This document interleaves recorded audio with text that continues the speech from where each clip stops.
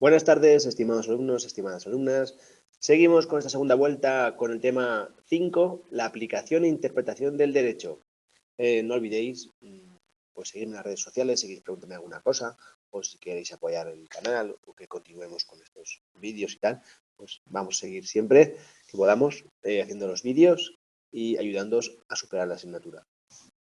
Vamos a repasar este tema que está de máxima actualidad, porque hay que diferenciar aquello que es interpretación, aplicación e interpretación del derecho de lo que son meras opiniones políticas, ¿no? Entonces, vamos a ver exactamente qué ocurre con las normas jurídicas. Pues bien, lo jurídico no es algo estático, sino que no es estático. Esto podría ser hasta una pregunta de test. No es algo estático, es un proceso. ¿Por qué? Pues porque desde que ocurre un hecho, un acto, una conducta o una omisión, pues a esos hechos se les asigna unas consecuencias jurídicas que están fijadas por las normas, ¿vale? Pero ¿qué ocurre si no se incumplen esas normas? Pues bueno, pues que esos hechos y esos actos pues no tienen consecuencias jurídicas. ¿Qué pasa? Pues que si hay un cumplimiento voluntario de las normas, pues es innecesaria ni su interpretación ni su aplicación. Simplemente, pues nada, se cumplen. Así que ya veis que hay muchas ocasiones en que se cumplen. Si no me salto el semáforo, pues nada, he cumplido la norma. Si me lo salto, pues entonces puede tener una consecuencia jurídica, la multa. Pues bien, la aplicación del derecho como proceso automático. Pregunta de desarrollo. ¿Qué ocurre? Pues que presenta muchos aspectos el derecho, ¿vale? Lo jurídico, pues, muchos aspectos. En muchas ocasiones es inseparable unos de otros aspectos, como la creación y la interpretación del derecho, ¿vale? ¿Qué pasa? Que tenemos siempre dos posiciones jurídico o filosóficas. Una es la positivista. Entonces, si reducimos todo lo jurídico solo a la ley, pues entonces el derecho está contenido en la ley. Y por tanto, casi podría considerarse automática esa aplicación con una simple operación lógica del hecho de una subsunción del hecho en la ley. Es decir, ¿está el hecho contenido en la ley? Sí, pues ya está, pues se aplica. Ya está. ¿Qué es subsumir? Pues considerar una parte del conjunto más amplio o, como un caso particular, si está sometido a un principio general. Es decir, si está algo incluido en otro, ¿no?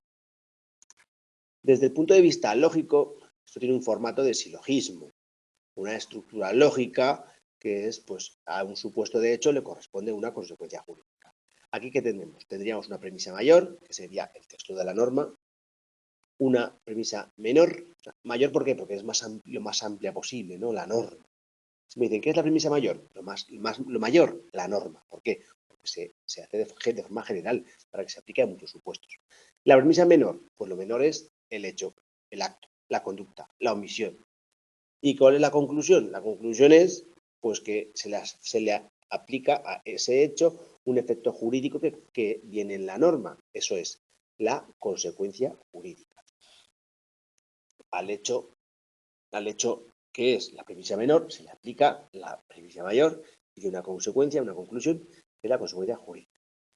Ejemplo, artículo 419, el cohecho. Pues bueno, la autoridad o el funcionario que pues aceptara el ofrecimiento o promesa, pues bueno, si hace este hecho, ¿qué ocurre? Una consecuencia jurídica. ¿Cuál es la consecuencia jurídica? Pues que incurrirá una pena de prisión de... Bueno, ahí tenéis un ejemplo, ¿no? En apariencia parece algo lógico y sencillo. El caso se subsume en el tipo penal. Se produce una consecuencia jurídica, que es mediante la sentencia, el órgano, previa decisión del jurado en ocasiones, pues dice lo que es el derecho, ¿no? ¿Qué pasa? Pues que hay cosas dudosas, como puede ser, pues si es funcionario, dice la autoridad o el funcionario, pero ¿qué autoridad? ¿Qué funcionario? Si es interino y si hay informes y si no hay informes, hay muchas cosas variaciones que hacen que el tipo penal pues se pueda dé lugar a interpretación. Entonces, ¿qué ocurre? El ajuste de lo particular, que que es el caso concreto, a lo general, o la premisa menor, en particular, a lo general, premisa mayor, que es la ley, no puede ser automático, por lo que nos lleva a ampliar esa perspectiva y a hablar de interpretación. ¿Qué es la interpretación? ¿Qué problemática tiene? Pues bueno, la interpretación jurídica, cuidado, la interpretación política puede tener muchas posibilidades, pero la jurídica está concretada, ¿vale? En la ley, cómo debe hacerse y qué condiciones, ¿no? Es una actividad intelectual que consiste en indagar, desentrañar y aclarar el significado de las normas jurídicas, con el fin de aplicarlas al caso concreto. Por lo tanto, hay dos elementos. Uno objetivo, un objeto, que es la interpretación, lo que se interpreta, que son las normas, y otro, un sujeto, que efectúa la interpretación, que es el operador jurídico, el que hace la interpretación. Las normas escritas, las normas en general son escritas, por ello la interpretación de textos son escritos, y la dificultad está en cómo se han redactado, que es donde pueden venir los problemas. Por ello se enfrenta a dos problemas.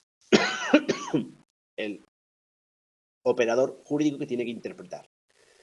La vaguedad, la interdeterminación, el carácter técnico o especializado, o si es algo inabarcable, la pluralidad, la diversidad de la norma, pues esas son las complejidades a las que se enfrenta el operador jurídico. Pues bien, no hay mayor simplificación que la pretensión positivista, también ingenua, de pensar que todo es algo mecánico. Pues la vida no es mecánica. Hay que armonizar la generalidad de la norma con la particularidad de caso, la premisa menor, que es el caso. Vamos, que no se puede plantear una aplicación automática de la norma, porque la norma tiene una textura abierta, según Hart.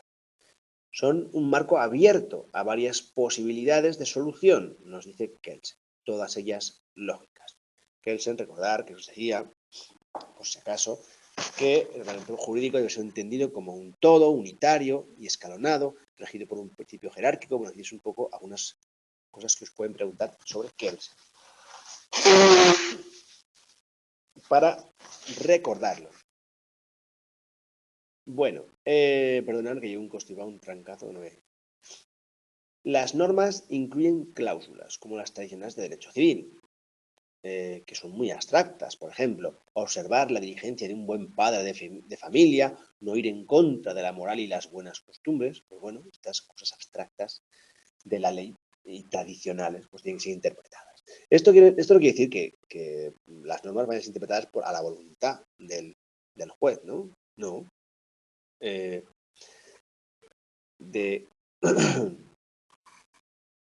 De crear derechos supliendo a la norma por su indeterminación. No, eso no. Entonces, ¿qué ocurre? Pues que hay una falsa disyuntiva entre el tenor literal y la voluntad. Es decir, hay dos posiciones de nuevo. La posición positivista logicista y la voluntarista logicista. La positivista nos dice pues que todo bascula sobre la norma y no hay, sostiene que no hay aplicación del derecho preexistente a la vida real, porque la aplicación es casi automática mediante reglas lógicas.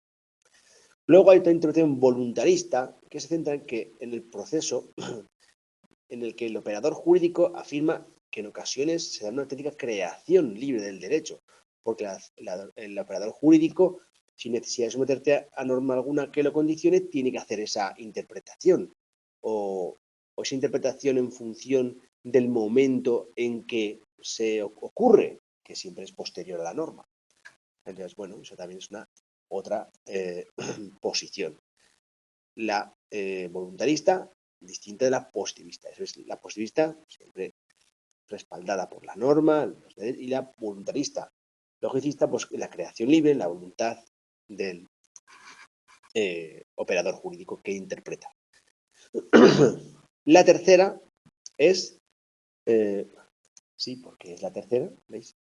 La tercera nos dice que se rompe la tradicional división de la libre creación legislador o la mera aplicación imperador-interpretación.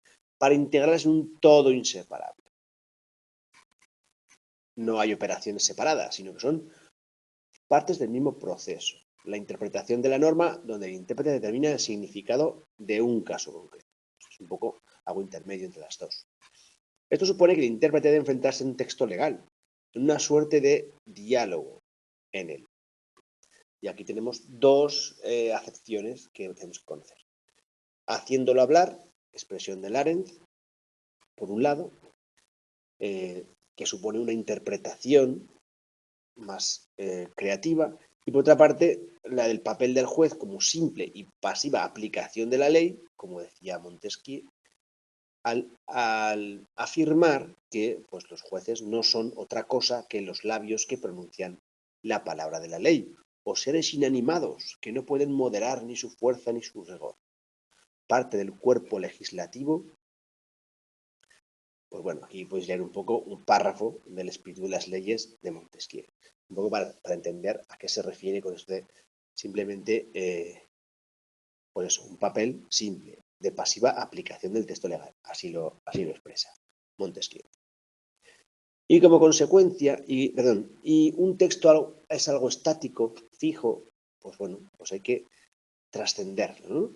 La precomprensión hace referencia al conjunto de creencias y valores que tiene el operador jurídico que son comunes al texto y a su intérprete, y que supone insertar uno en otro en una tradición cultural común, que les da sentido y ayuda a realizar la tarea interpretativa. Es decir, el intérprete y la norma no está desvinculado de una tradición cultural común. Está todo inserto en el mismo ámbito, no se separa, porque de hecho el intérprete y la ley están contextualizados en ese mismo, en ese contexto, ¿no? En este propósito de los llamados criterios, este es el propósito de los llamados criterios hermenéuticos. ¿Qué es la hermenéutica? Pues es el arte o teoría de interpretar los textos. Y aquí viene el artículo más importante que tenemos que estudiarnos de memoria. ¿Por qué? Porque lo dice todo, ¿vale? Se trata de los criterios interpretativos legales, ¿vale? Aquí tenéis los criterios interpretativos legales, no están en la Constitución, están en el Código Civil, luego tienen la mayor de las importancias, ¿no? Aunque ya sabéis que el Código Civil es subsidiario de todas las normas, lo que también adquiere cierta importancia. El 3.1 nos dice: las normas se interpretarán según el sentido propio de sus palabras, en relación con el contexto. ¿Veis el contexto? Los antecedentes históricos y legislativos y la realidad social del tiempo en que han de ser aplicadas, atendiendo fundamentalmente al espíritu y a la finalidad de aquellos. Pues bueno, todo el tema 5 pivota sobre este artículo, el 3.1 del Código Civil. Si sabéis y entendéis este artículo, conocéis el tema. Vale, el tema tiene más aristas o más dimensiones, pero bueno, hay que saberlo de memoria. Hay que distinguir en este tema entre dos cosas: métodos, por un lado, y tipos, ¿vale? No confundirlo, porque aquí en muchas ocasiones nos ponen métodos de interpretación y ponemos los tipos. O nos ponen los tipos y arreamos los métodos. No. Una cosa son los métodos y otra cosa son los tipos, ¿vale? Los métodos, os tenéis que hacer un esquemita vosotros. Yo os dejo aquí al final del tema un esquemita de los tipos, ¿vale? Que han habido muchas ocasiones para que lo tengáis. Y también, pues aquí pues podéis hacer algunas divisiones más que hay, pero para que os sirva a modo de ejemplo. Y vamos a verlos. Los métodos, artículo 3.1 del Código Civil. La interpretación está sometida a ciertas reglas llamadas métodos. Son ciertas reglas llamadas métodos. ¿Qué son los métodos? Pues unas reglas. ¿De qué? De interpretación. ¿Cuáles son? Pues las reglas para interpretar el derecho son las que establece el artículo 3.1 del Código Civil, porque afirma rotundamente que las normas, y aquí es un concepto amplio, claramente, se interpretarán con estas reglas. ¿Cuáles son? Pues primero, de aquí salen los métodos. Por eso si me los sé de memoria, tengo que saber cuál es cuál, ¿vale? O casi todos. El método literal nos dice, pues es el análisis y comprensión del significado lingüístico, la hermenéutica que hemos dicho, del texto normativo, según el sentido propio de sus palabras. ¿Veis? Sentido propio. Ahí tenemos el primer método. ¿Qué significa ello? Pues que es necesario combinar dos análisis, el semántico, el de las palabras, y el pragmático, es decir, el práctico, el que se usa. ¿Cuál es el semántico? ¿Cuál es el sentido o el significado de las palabras y cómo se usa? ¿Vale? Luego el literal tiene otra clasificación en dos, ¿la veis aquí? Pues en vuestro esquema, que os hagáis, haceros esta aquí, dos. Luego el método sistemático. ¿El método por qué se llama sistemático? Porque es un método que tiene en cuenta el sistema. ¿Qué es el sistema? Lo grande, el espíritu. ¿Vale? Por eso nos dice interpretar las normas en relación con otras, con el resto del sistema. ¿De qué sistema? El sistema jurídico.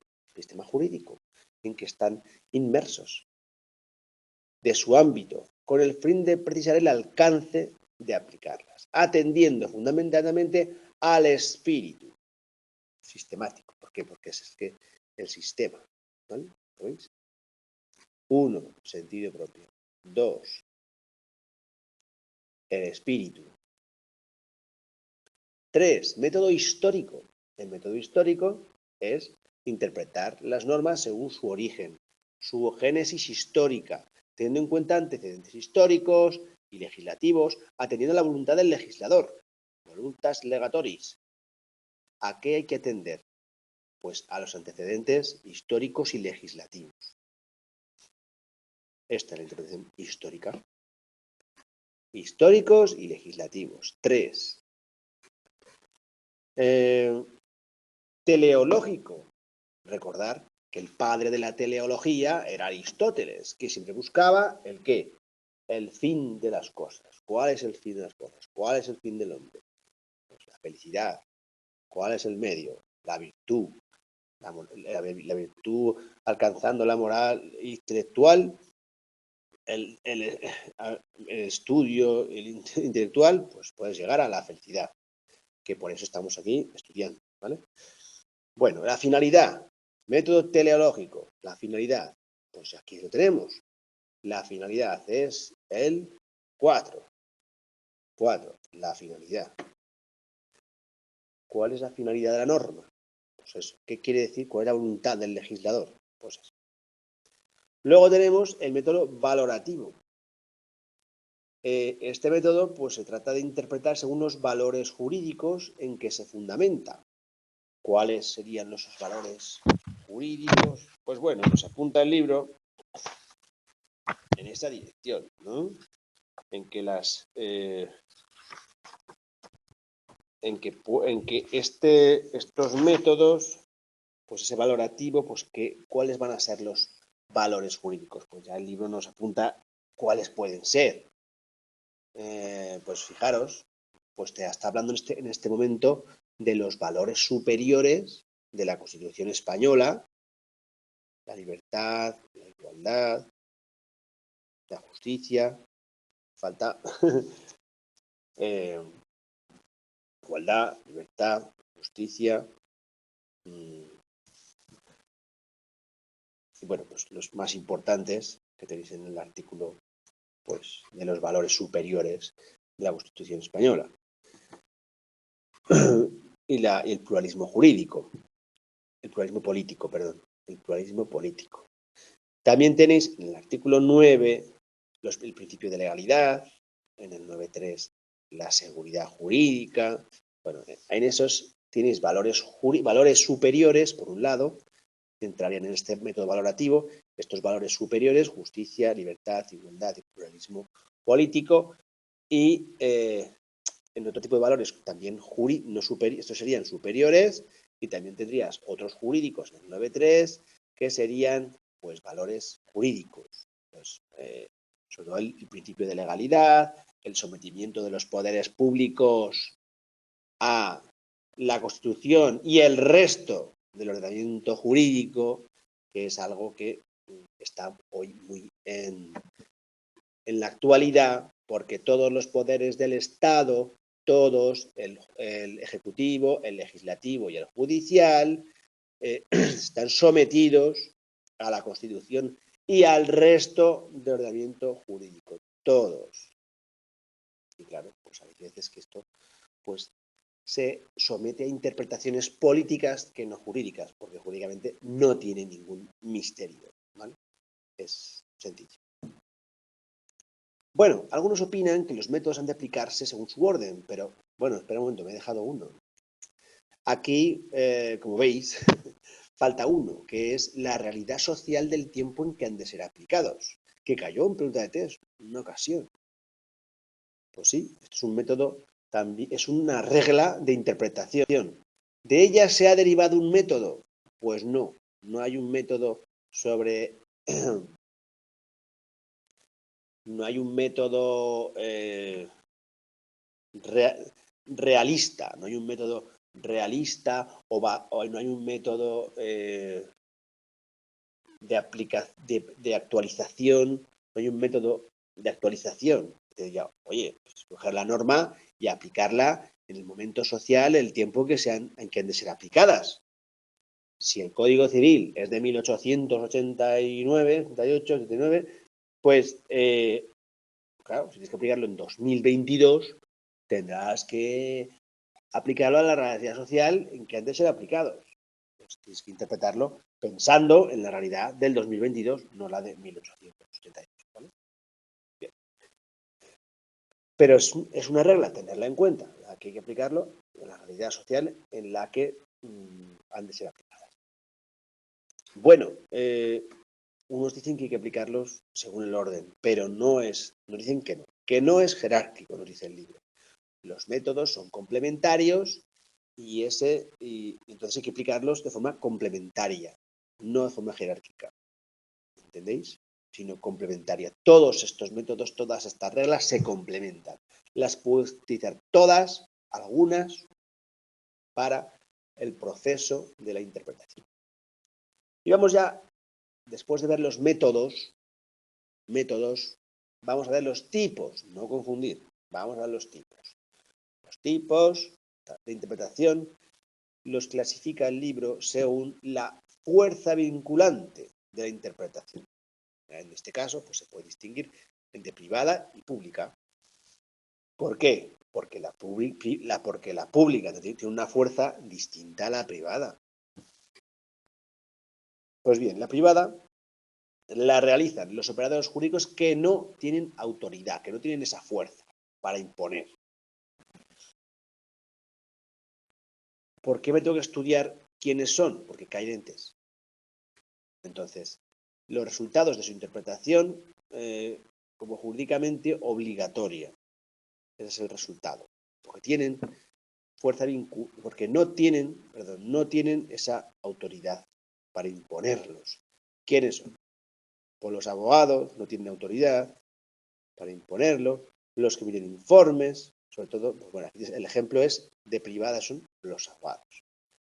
Interpretación pública, pues estos sí tienen autoridad, la imponen su interpretación. ¿Por qué? Porque son órganos unipersonales, un juez, por ejemplo, o pluripersonales, un tribunal. Y tienen competencia, es decir, tienen fuerza para imponer, ¿vale? Estos sí que tienen la fuerza para imponer. La interpretación pública, pues eso, ejemplos.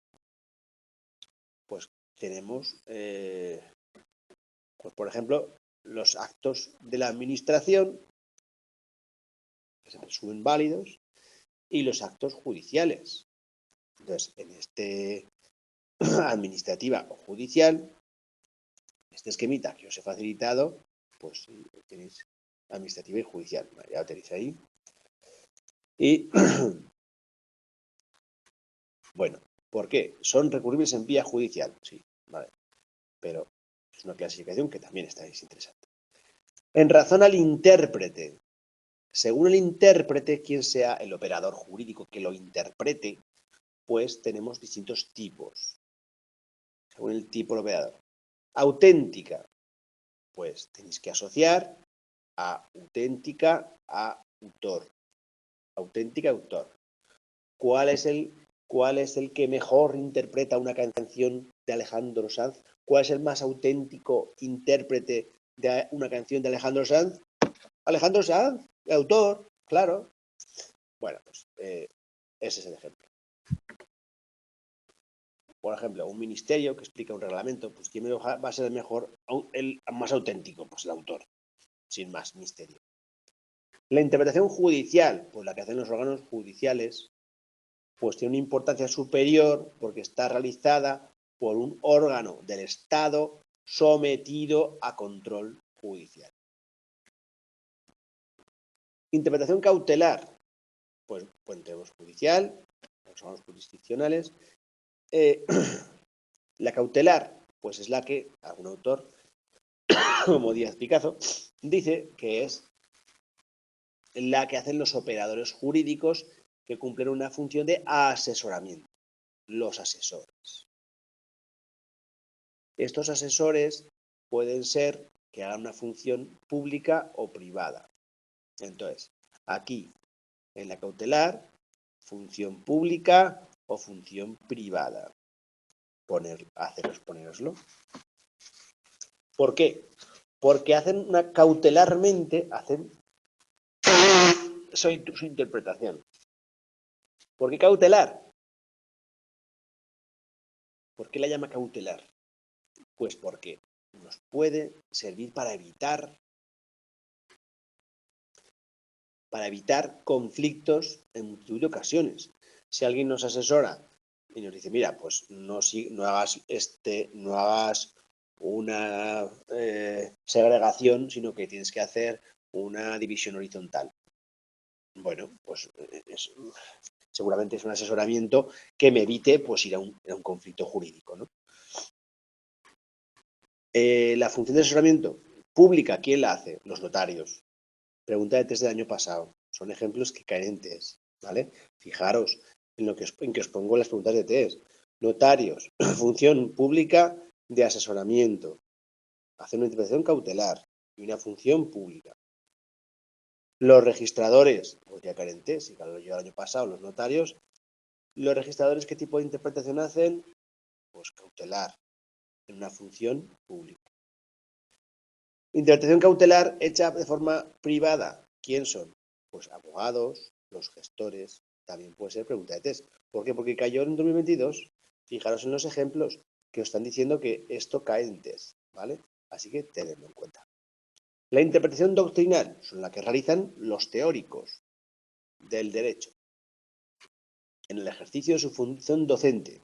Bueno, pues está sencilla. Doctrinal.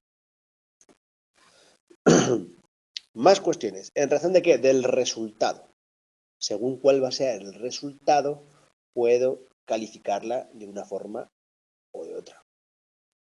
Si el resultado va a ser, si hago una interpretación extensiva, puedo hacer una interpretación extensiva o restrictiva.